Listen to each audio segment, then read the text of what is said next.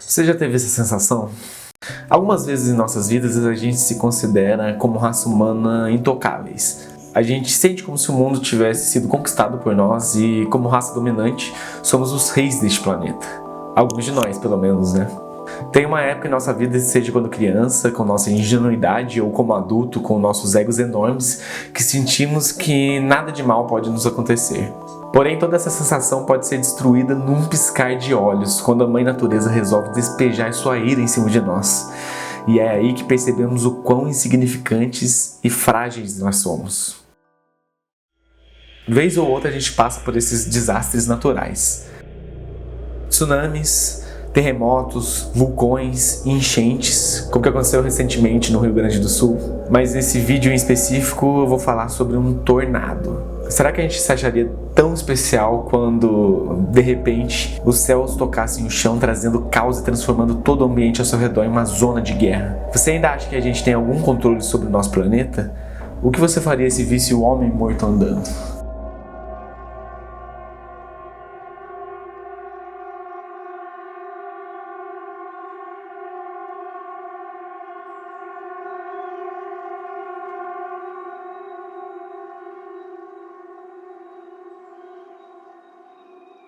E aí pessoal, tudo bem? Hoje eu quero trazer para vocês um mini documentário produzido por mim sobre um dos piores eventos de tornados que já aconteceu nos Estados Unidos. Esse evento ocorreu na cidade de Jarrow, no estado do Texas, em 1997. Aproveitando aí o hype, esse é um canal novo, eu quero trazer essas histórias, é um assunto que sempre me interessou bastante e eu decidi fazer esse canal, decidi fazer esse vídeo porque eu consumo muito conteúdo americano sobre isso e é uma coisa que a gente não vê muito no Brasil. Existem caçadores, existe toda uma galera que trabalha nisso aqui no Brasil, mas é bem underground, eu diria. Então eu queria trazer um pouco dessas histórias, desses eventos, dessas coisas que acontecem com frequência nos Estados Unidos. E aproveitando também o hype do movie Twisters. Ele tá recentemente, na época desse vídeo, ele tá ainda em cartaz do cinema. É um filmaço. Não é muito realista, mas é um filme muito divertido, aqueles filmes bem pipoca. Mas aproveitando esse hype, eu quero falar sobre histórias reais. Infelizmente se trata de uma tragédia, então pessoas de verdade, obviamente, perderam a vida nesses eventos. Mas eu queria trazer esse documentário para contar um pouco mais sobre essas histórias. Então, vem comigo. A manhã daquela terça-feira, 27 de maio de 1997, amanheceu como qualquer outra. Fazia um calor escaldante e, segundo os moradores, não havia sequer uma nuvem no céu. A cidade de Jarrow, Texas, com apenas 450 habitantes, estava apenas acordando e seguindo com suas rotinas diárias, completamente desavisados do terror que atingiria sua cidade. Próximo a Jarrow, sem que ninguém notasse, o clima estava começando a mudar. Uma frente fria se dirigia lentamente em paralelo a uma linha de tempo seco, apenas alguns quilômetros de distância entre eles. Uma linha de tempo seco é uma linha muito densa de ar que separa dois sistemas atmosféricos com pressões diferentes. Da mesma forma que essa frente fria avançava, quilômetros acima, um impulso atmosférico, chamado de ondas de gravidade, avançava pelo sudeste. Essas ondas de gravidade vieram de um sistema de tempestades já existentes no estado de Oklahoma.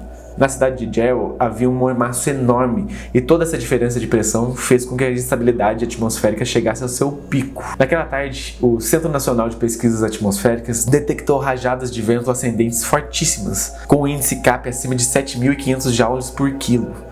O índice CAP indica a quantidade de energia disponível para gerar uma convecção naquele ponto da atmosfera. Em outras palavras, quanto maior a diferença de temperatura, maior é o índice CAP e maior será a aceleração do ar verticalmente.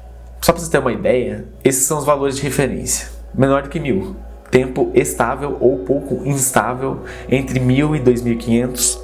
Instabilidade moderada, maior que 4.000, instabilidade extrema. E a atmosfera de Jarrow já estava a 7.500 joules naquela tarde.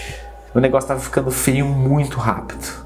Com todos esses ingredientes borbulhando na atmosfera, o Centro de Prevenção de Tempestades, ou SPC, emitiu um alerta de risco moderado de tempestades severas para aquela tarde do dia 27 de maio de 1997. O alerta emitido foi um Tornado Watch, que ocorre em casos que você precisa ficar atento para a possibilidade de um tornado.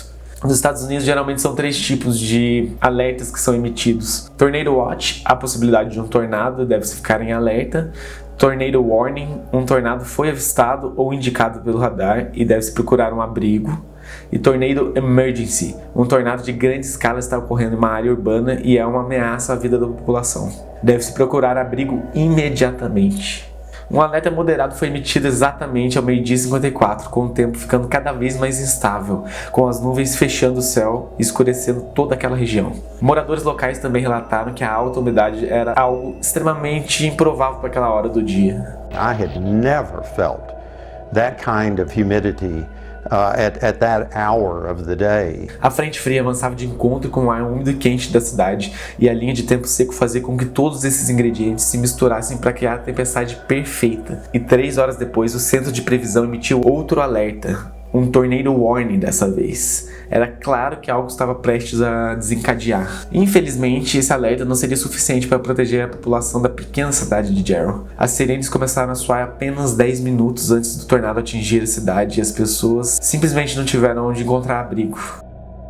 O tornado começou a se desenvolver próximo à rodovia que levava à cidade. Como não havia precipitação ou qualquer coisa que bloqueasse a visão das pessoas, muitos pararam na estrada para ver esse fenômeno. Naquela altura, o tornado era apenas um pequeno fio, uma corda, o que deu esperança às pessoas que iria se dissipar logo, mas para o horror de todos que estavam ali, o tornado apenas se intensificou. Nessas filmagens, que um dos motoristas, um cara chamado Scott Guest, fez de um posto de gasolinas próximo ao local, pode-se ver que o tornado se intensificou tanto que virou esse monstro que chegou a mais de 1 km de largura.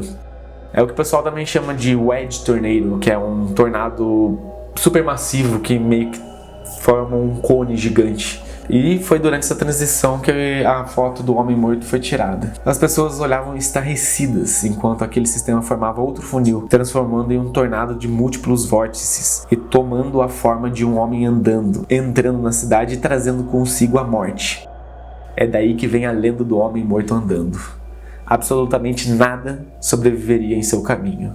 Logo após que essas fotos foram tiradas, por volta das 3h48 da tarde, o tornado iria atingir diretamente um conjunto de casas do subúrbio chamado de Double Creek Estates. Foi aqui que o tornado acabou matando 27 pessoas e causou um dos maiores danos já registrados por tornados. Das 38 casas que tinham nesse local, sobraram apenas 3. A maioria dessas casas sequer tinha porão, então muitos ali simplesmente não tinham para onde correr. As pessoas haviam simplesmente buscado abrigo em suas casas, achando que seria o local mais seguro, junto de seus familiares, mas todos ali iriam acabar sucumbindo ao tornado.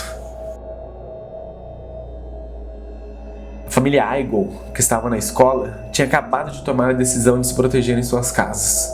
Todos os membros dessa família faleceram nesse dia. Os pequenos irmãos John e Michael Ruiz, de 15 e 14 anos, respectivamente, estavam brincando perto do seu trailer naquele dia. Ao ouvirem que uma tempestade estava vindo, eles tomaram a decisão de procurar um local que proporcionasse mais segurança do que aquele trailer. Na verdade, seria uma decisão correta, se não fosse pelo fato de que o tornado simplesmente ignorou o trailer deles, passou direto, sem atingir, para depois atingir diretamente a casa que eles foram buscar abrigo. A casa da família Morin, onde os 2 irmãos foram buscar abrigo, foi completamente devastada. Os 4 membros da família Morin e os 2 irmãos faleceram naquele dia.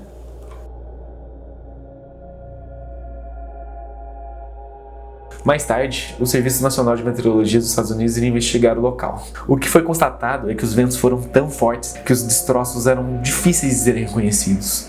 Era impossível identificar objetos nos entulhos pelo local e até mesmo restos humanos eram confundidos com de animais. Isso quando blocos inteiros não haviam sido simplesmente obliterados da face da terra para nunca mais serem vistos. Muitos dos primeiros socorristas a chegar no local ficaram terrivelmente traumatizados pelo que viram. Acreditava-se que as velocidades dos ventos chegaram a impressionantes 480 km por hora. Embora outros já dissessem que não se passava de 300, mas que os danos eram causados pela velocidade lenta que o tornado se locomovia pelo trajeto. O tornado passou ali como se fosse um cortador de grama, um moedor de carne, destruindo tudo que tinha pelo seu caminho. como ele se deslocava a uma velocidade relativamente lenta em comparação a outros tornados, acreditava-se que ele ficava cerca de 3 minutos em cima de um mesmo local, de uma mesma casa, antes de passar para a próxima. O que parece pouco, mas para quem estava vivenciando aquilo tudo, deve ter sido um sofrimento muito grande. Você já ouviu falar de um EF5, como a gente viu no final do filme Twister ou da sequência do Twisters? É basicamente assim que o local fica após um desses passar por cima. Não sobra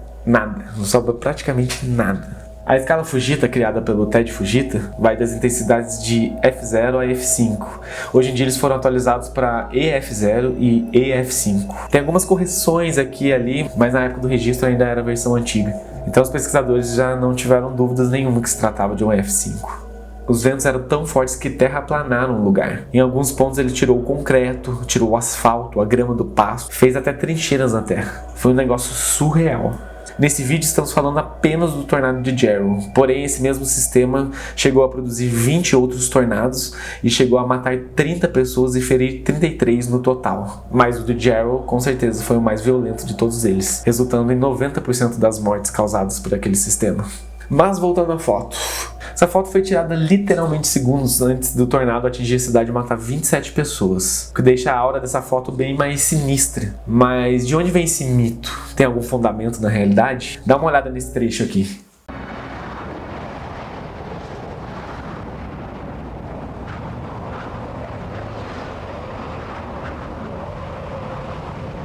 An ancient Native American legend speaks of the dead man walking.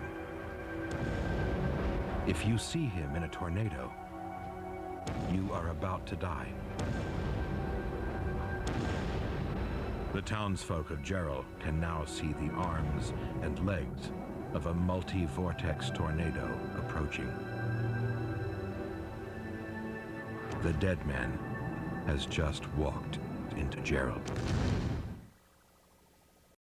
Se você viu o homem morto andando, você está prestes a morrer. Tenso.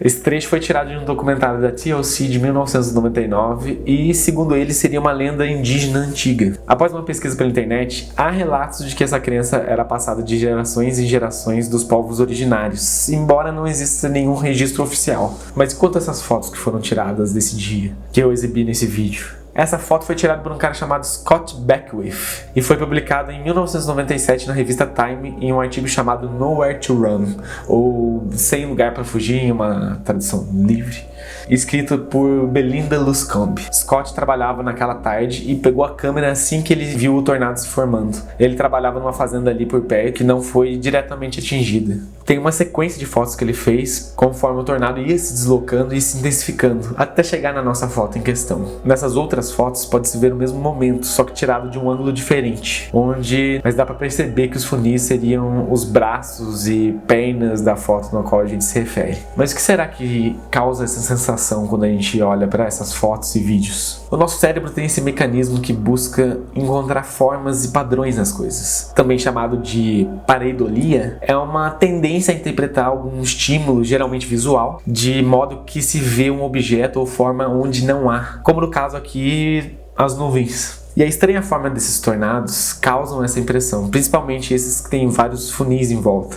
Aqui nesse vídeo, que não é exatamente do tornado de Gerald, e sim do EF5 de El Reno em 2013, que eu usei para ilustrar esse vídeo, pode-se ver claramente o fenômeno ocorrendo. Inclusive, esse é um dos eventos mais famosos de tornados que ocorreu recentemente, né? 2013, a gente está falando de pouco tempo atrás. E foi, se eu não me engano, o último EF5 que ocorreu. É até mencionado no filme a cidade de El Reno como uma referência, né? E foi lá que aconteceu esse último EF5. Essa história dá para um vídeo completamente novo. Me avisem se vocês quiserem que eu comente em outro vídeo, que eu faça outro vídeo falando só sobre esse evento, que é um evento famosíssimo. Muito bem documentado também, porque em 2013 estava todo mundo com um smartphone, câmera, tinha muito caçador também. Balançou muito a comunidade científica dos Estados Unidos, de meteorologistas e caçadores, porque foi o único evento que chegou a, de fato, matar 3 caçadores de tempestades, uma coisa que nunca tinha ocorrido antes. Mas enfim, deixa aí nos comentários se vocês quiserem que eu faça um vídeo só sobre esse evento. Voltando ao assunto, esses tornados com vários funis, múltiplos vórtices em volta do principal, geralmente são de categorias mais altas, EF4 ou EF5. Então a crença de que se você avistar um deles, você está prestes a morrer, é meio que baseado no fato. Pensa comigo, se você está a uma curta distância de um tornado, você viu essa figura, só o fato de você estar perto desse tornado já faz com que você esteja correndo um risco muito grande. Ele se desloca a uma velocidade muito grande. Você pode não perceber, mas a situação pode piorar de uma hora para outra. Em questão de minutos ele já está em cima e a sua vida correndo muito perigo. Então é meio que faz sentido. Bom, então é isso, pessoal. Espero que vocês tenham gostado desse vídeo. É o meu primeiro vídeo aqui. Eu pretendo fazer outros pequenos documentários, outros vídeos sobre essas histórias de desastres naturais e como se fosse um true crime, só que versão natureza. Eu sempre fui muito interessado por esses assuntos, eu sou fascinado por esses eventos de tornados, vulcões e coisas que acontecem ao redor do nosso planeta. Lógico que esses eventos podem ser muito violentos, mas eles estão aí, né? Às vezes a gente pode até estar dando um empurrão neles, como o aquecimento global tem evoluído muito. A gente viu, né, nas chuvas que deram no Rio Grande do Sul e alagaram tudo, então não tem como negar isso, né? Então é isso, pessoal. Se você chegou até aqui e gostou do vídeo, considere deixar um like, se inscrever no canal, deixar um comentário sobre o que você achou desse vídeo. Eu vejo vocês no próximo vídeo.